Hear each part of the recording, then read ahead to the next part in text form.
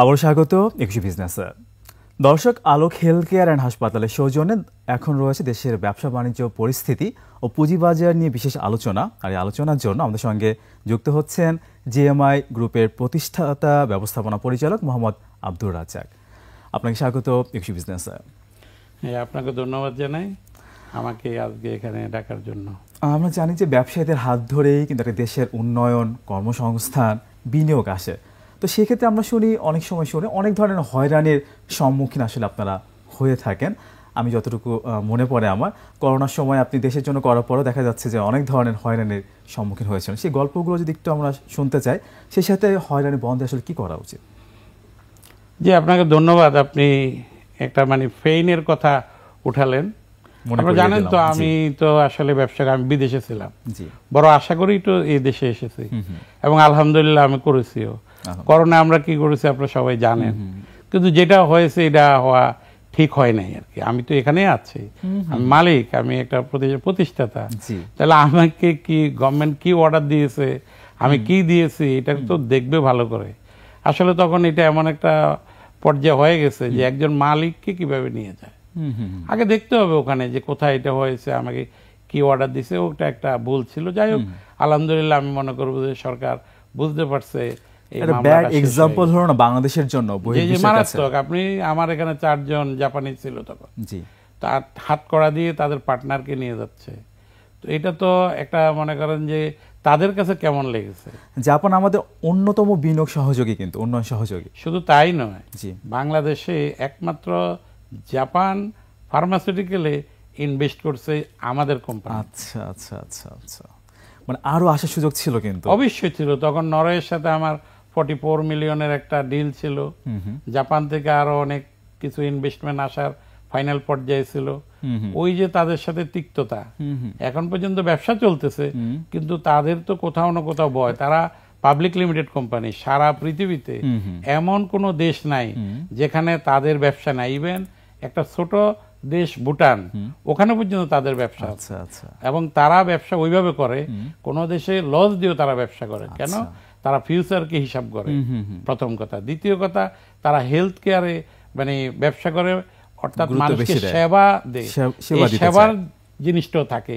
কোন দেশে প্রফিট হবে, কোন দেশে কিছু লস হবে, অ্যাকুমুলেটলি তারা প্রফিট করে। এবং এই নিপ্রো কর্পোরেশন এটা 1954 সালে প্রতিষ্ঠিত হয়েছে।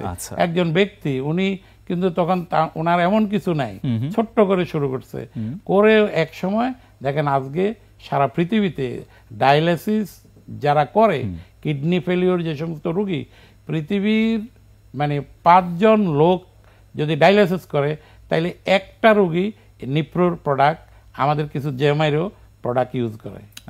এটা একটা অনেক বড় পাওনা। আপনাকে বুঝাতে চাচ্ছি যে পৃথিবীতে ডায়ালিসিস সেবায় 20% নিপ্রোর দখলে।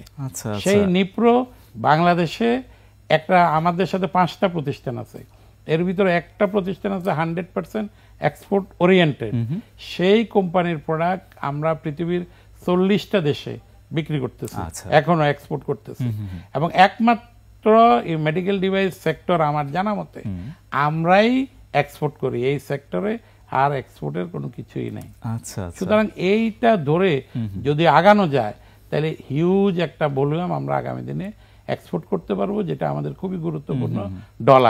ডলার আমরা আনতে পারবো, এবং এটা ইনপুট সাবস্টিটিউট, বোথ সাইডে বেনিফিটেড ফর আওয়ার নেশন। আমাদের দেশে দেখেছি এক এক সময় এক এক রকম বিজনেস আচরণ। আসলে দেখা যাচ্ছে যে আওয়ামী লীগ সরকারের আমলে একরকম অ্যাটিটিউড ছিল, এখন একরকম, আবার ভবিষ্যতে কি হবে, একটা দোটানার মধ্যে আসলে আপনারা ব্যবসা করেন। তো এই ক্ষেত্রে আসলে কেমন আচরণ হওয়া উচিত? জাপানিদের আচরণটা আসলে এই ক্ষেত্রে কেমন? আমি এই ব্যাপারে যেটা বলবো, যেহেতু আমি জাপানিদের সাথে কাজ করেছি, আপনি জানেন, তা আমরা দেখেছি আমাদের এখানে যেটা সমস্যা, সেটা হলো যে আমরা যখন যে কিছু করতে চাই তখন সবাই হুমড়ে গিয়ে পড়ি, এমন ভাবে করি যে এটাকে শেষ করে দেওয়া হয়। আপনি ডিমান্ড সাপ্লাইটাকে ঠিক করতে হবে। আপনি যদি শুধু ওপেন ট্রেড মুক্ত বাণিজ্য এই কথা বলে, যেখানে আমার 2টা প্রতিষ্ঠান দরকার, সেখানে আমরা 20টা করে ফেলছেন। ম্যাক্সিমাম আপনি ডাটা নেন, এই অবস্থা। একমাত্র এক্সপোর্ট ওরিয়েন্টেড আপনি অনেক করেন, অসুবিধা নেই, সারা পৃথিবী খোলা, সেটা আপনি যেভাবে পারবেন, কিন্তু এখানে আপনি ওইভাবে পারবেন না লোকালি। যার জন্য আমি সরকারকে মানে আহ্বান জানাবো যে আমাদের যারা এই সেক্টরে ইন্ডাস্ট্রিয়ালাইজেশনে অ্যানালাইসিস করে, এই সেক্টরগুলো তারা ডিফাইন করে কোন সেক্টরে লোকালি কতটা ইন্ডাস্ট্রি হওয়া উচিত তার বাইরে দেওয়া হবে না, যতই চেষ্টা করুক না কেন। আমরা পলিটিক্যালি বা মনে করেন যে ব্যক্তিগত ইমেজ দিয়ে করে ফেলি, কিন্তু পরে আমরা সবাই মিলে এটাকে ভুগি এবং দেশের দুটো জিনিস নষ্ট করি। একটা হলো ব্যাংকের টাকা নিয়ে যায়, এটা জনগণের টাকা, আর একটা হলো সেক্টরটা ধ্বংস হয়, যারা এখানে কাজ করে তারা চাকরি হারায়, এই জিনিসটা থাকে। আপনার মাধ্যমে আজকে আমি যারা ইনভেস্ট করবেন তাদেরও এটা বোঝা উচিত যে একটা সেক্টরে কারা আছে, আমিও দু একটা ভুল যে করি না তা না, যার জন্য এটা আমার লার্নিং যে আপনি যেখানে আছেন সেখানে আপনার থাকা উচিত, যেটা আপনি বুঝেন। এবং অনেক বড় বিজনেসম্যানও হতে হবে, এটা নট নেসেসারি, সবাইকে সুযোগ দিতে হবে, সবাইকে সুযোগ দিতে হবে। সব ধরনের ব্যবসা একাই করবো এটা দরকার নাই, আসলে সব আমি বুঝবো না। আসলে আমরা দেখতে পাচ্ছি এখানে ব্যাংক বিমা সংখ্যা কিন্তু ডিমান্ডের চাইতে অনেক বেশি আসলে, বাট আপনি যেটা বলছিলেন এক্সপোর্ট ওরিয়েন্টেড কোম্পানি অনেক বেশি হতেই পারে। তো এটা দরকারও, ওটার দরকার, আমার ফরেন কারেন্সি দরকার অবশ্যই। আপনি যদি ডলার না পান, বিদেশি কারেন্সি আপনার না থাকে, তাহলে 18 কোটি লোকের এই যে বিশাল অঙ্কের ইম্পোর্ট, এই যে যাকে আপনি বসাই দেন না কেন, সে কিভাবে এটা মানে চালাবে? তার তো ওই আমরা তাকে কাজ করে টাকা এনে দিতে হবে, তারপর সেটা ম্যানেজ করবে। মানে ফরেন কারেন্সি অনেক বড় একটা চ্যালেঞ্জ আমাদের জন্য, কিভাবে আসলে আর্ন করা যায় এইটা আমি মনে করি যে শুধু আপনি গার্মেন্টসে পড়ে থাকলে হবে না। এখন এই যে ফার্মাসিউটিক্যাল একটা ভেরি গুড সেক্টর, যেখানে আমরা 97% ওষুধ তৈরি করি, আমরা এক্সপোর্ট শুরু করে দিয়েছি ইনশাল্লাহ, 150-এর উপরে দেশ আমরা করি, কন্টিনিউ আমরা করতেছি। আমি মনে করি সরকারকে ইমিডিয়েটলি এই সেক্টরটাকে মানে ভালোভাবে অ্যানালাইসিস করে কোন কোন জায়গায় সহযোগিতা করলে এটার এক্সপোর্টটা বেড়ে যায়। এবং এখানে একটা মারাত্মক মজার জিনিস আছে, সেটা হলো গার্মেন্টসে আপনি অনেক কিছু আপনি এক্সপোর্ট করে ডলার পাচ্ছেন, কিন্তু ব্যাকওয়ার্ড যে লিঙ্কেজ আপনি অনেক ইম্পোর্ট করতে হচ্ছে, ডলারটা আবার চলে যাচ্ছে। কিন্তু ফার্মাতে আমাদের নো হাউ, আমাদের 1 লক্ষর উপরে পিপল আছে যারা ক্যাপাবল, এতটাই ক্যাপাবল আপনি চিন্তা করতে পারবেন না। সারা পৃথিবীতে তারা প্রতিষ্ঠিত, তাদের ব্রেন, কাজ, এভরিথিং তারা জানে। সুতরাং আমি সরকারকে আহ্বান জানাবো ইমিডিয়েটলি ফার্মা সেক্টরটাকে অ্যানালাইসিস করে ফার্মার মালিক যারা তাদের থেকে বসে কি হলে এইটাকে ওই আপনার ইয়ের মতো যে গার্মেন্টসের মতো আমাদের প্রায় 200-250 ফার্মাসিউটিক্যাল ইন্ডাস্ট্রি আছে, এটা কোনো কম না, তাহলে হিউজ একটা বললাম আপনার এক্সপোর্ট হবে, আমাদের ফরেন কারেন্সি সঞ্চিত হবে, সরকার ইজিলি এই কাজটা করতে পারে। আমরা সেটা প্রত্যাশা করি। আমাদের ফরেন কারেন্সি এই মুহূর্তে আসলে খুবই দরকার। তো আপনাদের মতো ব্যবসায়ীদের মাধ্যমে আরও যারা উদ্যোক্তা হবে তাদের মাধ্যমে ফরেন কারেন্সি আসবে সে প্রত্যাশা করছি। ছোট্ট একটা বিরতি নিয়ে আসি আমরা। দর্শক, নিচ্ছি একটা বিরতি, ফিরে আসবো একটু পরে, আমাদের সঙ্গেই থাকুন।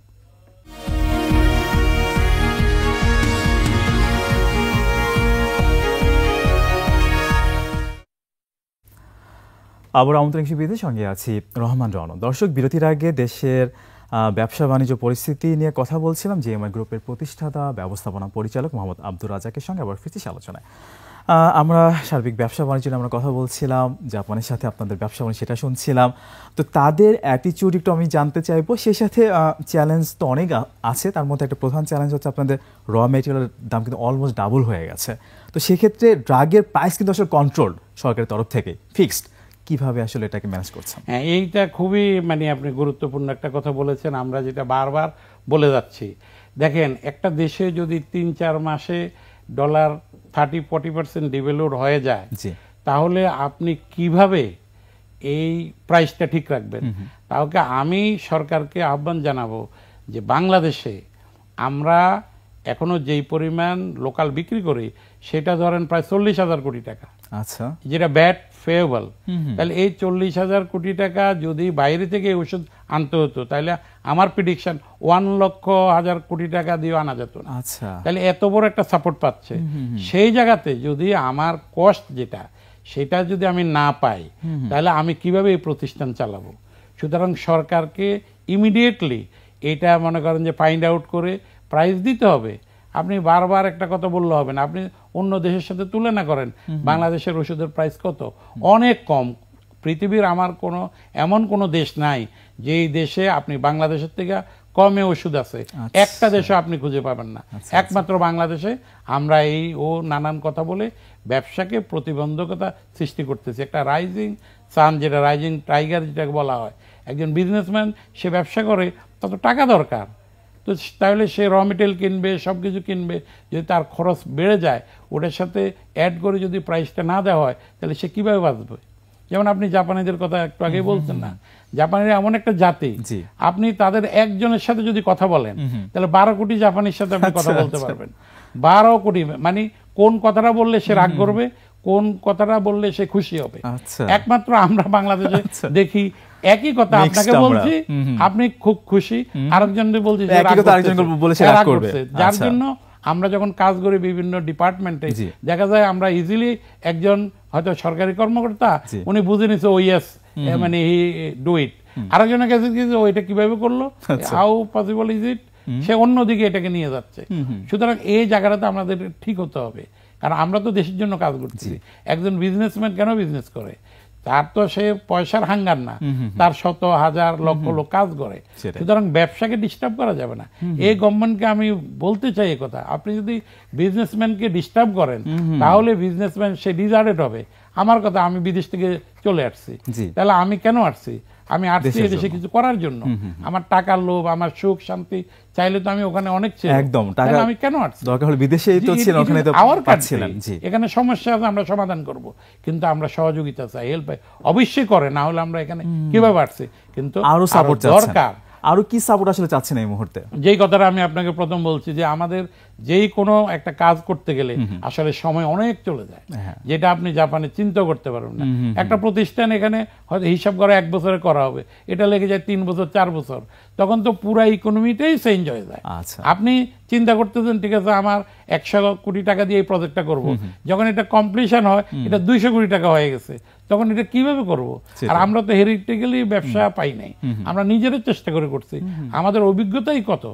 যেমন আমার এক্সাম্পল দেখেন, আমি কোনোদিন এরকম দেখি নাই এই 27 বছর বিজনেস লাইফে যে ডলার 40% ডিভ্যালু হয়ে যায়। আমি দেখছি 2-3 টাকা হয় হাইস্ট, কিন্তু এইবার যেটা হলো, তাহলে আপনি কিভাবে করবেন? সিটাং পোর্ট মাল আসছে, ডলার বেড়ে গেছে, আমি হয়তো 10 কোটি টাকা দিয়ে ব্যাংকে ডকুমেন্ট নেব, এখন দিতে হচ্ছে 13 কোটি টাকা, 14 কোটি টাকা, এই টাকাটা কোথা থেকে আসবে? সুতরাং সরকারকে এটাতে কাজ করতে হবে। আমি একটা এক্সাম্পল এখানে দিতে চাই, টার্কিতে 7 লিরা $1 ছিল, সেটা হয়ে গেছে 34 লিরা। টার্কির গভর্নমেন্ট ইমিডিয়েটলি একটা গভর্নমেন্ট বলছে যে তোমরা এটাকে প্রভিশন করে রাখো, কোনো বিজনেসম্যানকে যে এলসি খুলছে যদি 10 কোটি টাকার কোলে, এখন এটাকে সে ছুটে আনতে 15 কোটি টাকা লাগবে, 5 কোটি টাকা ইনস্ট্যান্ট দিয়ে দিচ্ছে। অফকোর্স আমি মানি আমাদের দেশে বিতর্ক আছে, ব্যবসায়ীদের ভিতরে অনেকে এদিক সেদিক করে, কিন্তু সেটা কত পার্সেন্ট? আমাদের কতটুকু ইকোনমি ছিল, আজকে কত বড় ইকোনমি, তাহলে কারা করছে? এই ব্যবসায়ীরা করছে, স্বীকার করতে হবে আপনাকে। তাহলে ব্যবসায়ীদের ভিতরে এখনো সবাই ভালো ভালো ব্যবসায়ীরা আছে, সহযোগিতা করেন, জায়গায় চলে যাবেন। আমরা একদম শেষ পর্যায়ে একটু শেয়ার বাজারকে কেমন দেখছেন, কারণ আপনার লিস্টের 2টি বড় বড় কোম্পানি এখানে তালিকাভুক্ত, কেমন দেখছেন? আর জিএমআই সিরিজে যদি একটু জানতে চাই, অথবা জিএমআই হসপিটাল নিপ্রোর সাথে কি করছেন আপনারা, কোন উদ্যোগ? জিএমআই সিরিজ আসলে দেখেন, এটা তো অনেক আগের প্রতিষ্ঠান, প্রায় 25 বছর আগের। আমরা গত পরশুদিন মনে আমাদের এজিএম গেল, আমরা মাত্র 3টা প্রোডাক্ট 50 জন লোক দিয়ে শুরু করছি। আজকে দেখেন এটা কোথায় গিয়েছে। আমাদের 51% শেয়ার আমরা বিক্রি করছি জাপানিদের কাছে 180 কোটি টাকা, অথচ 25 বছর আগে মাত্র 10 কোটি টাকা দিয়ে এই প্রতিষ্ঠানটা করছে। কিন্তু আমাদের যেটা দুঃখের বিষয়, এই 27 বছরে এখানে দেখা যায় যে আমি এবং হাতে গোনা 2-4 জনই আছে, আমাদের এখানে বেশি লোক নাই, আমরা এখনো মেডিকেল ডিভাইস ইকুইপমেন্ট 10%ও করি না। তাহলে এটা কেন হয় না? তাহলে এটাকে বাইর করতে হবে, কোথাও একটা সমস্যা আছে। যেখানে আমরা মেডিসিন করি 97%, তাহলে 97% মেডিসিন করতে পারলে মেডিকেল ডিভাইস কেন পারবো না? তাহলে এখানে সমস্যাটা কোথায়? আমি অনেক সমস্যা এখানে স্বল্প সময় সব কথা বলতে পারছি না। বাড়াতে কোনো উদ্যোগ নিচ্ছেন কিনা? আমি চেষ্টা করতেছি, কিন্তু যদি যেখানে সরকারকে মানে এগিয়ে আসতে হবে। আমাদের মার্কেট পুরা দখল করে রেখেছে চায়না, ইন্ডিয়া এবং অন্য কান্ট্রিগুলো, কিন্তু আমাদের বিজনেসম্যান তো সে ইনভেস্ট করে তার রিটার্ন চাইবে, যদি সে রিটার্ন না পায় সে কেন করবে? একমাত্র আমি জিএমআই এখনো এটা ধরে রাখছি, কারণ এটা আমার কোর। আমি জাপান থেকে এসে প্রথমেই এই ইন্ডাস্ট্রি করছি, যত প্রতিকূলতাই হোক না কেন, যেহেতু আমি এটা জানি এই জন্য আমি এখনো ধরে রেখেছি। কিন্তু আমি এটা আহ্বান জানাবো, এত বড় একটা মার্কেট, ফার্মা মার্কেট, ওয়ার্ল্ডে হয়তো $400 বিলিয়ন, এই মেডিকেল ইকুইপমেন্ট এবং মেডিকেল ডিভাইসেরও প্রায় 360-70 বিলিয়ন, একই বললাম। তাইলে আমরা মেডিসিন করতেছি হলো আপনার 97%, কিন্তু মেডিকেল ডিভাইস 10%ও করতে পারতেছে না। তাহলে আমাদের যারা নীতি নির্ধারক তারা এটা ভাবে না কেন? এই যে কোভিডে আমরা যে 30 কোটি কোভিড সিরিঞ্জ গভর্নমেন্টকে দিলাম, এটা তো এই দেশে ইন্ডাস্ট্রি থাকাতে দিয়েছি।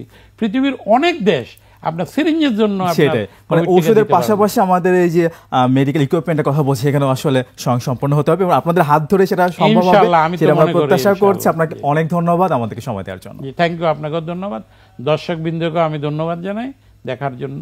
অবশ্যই দর্শক, এতক্ষণ আলোক হেলথ কেয়ার অ্যান্ড হাসপাতালের সৌজন্যে দেশের ব্যবসা বাণিজ্য পরিস্থিতি ও পুঁজিবাজারে নানা দিক ও করণীয় কথা বলছিলেন জিএমআই গ্রুপের প্রতিষ্ঠাতা ব্যবস্থাপনা পরিচালক মোহাম্মদ আব্দুর রাজ্জাক। দর্শক, এবার নিচ্ছি আরও একটা বিরতি। দুপুর 2টা 30 মিনিটে আবারও ফিরে আসবো 100 বিজনেসে আরও আয়োজনে। দেখার আমন্ত্রণ রইল, সঙ্গে থাকুন।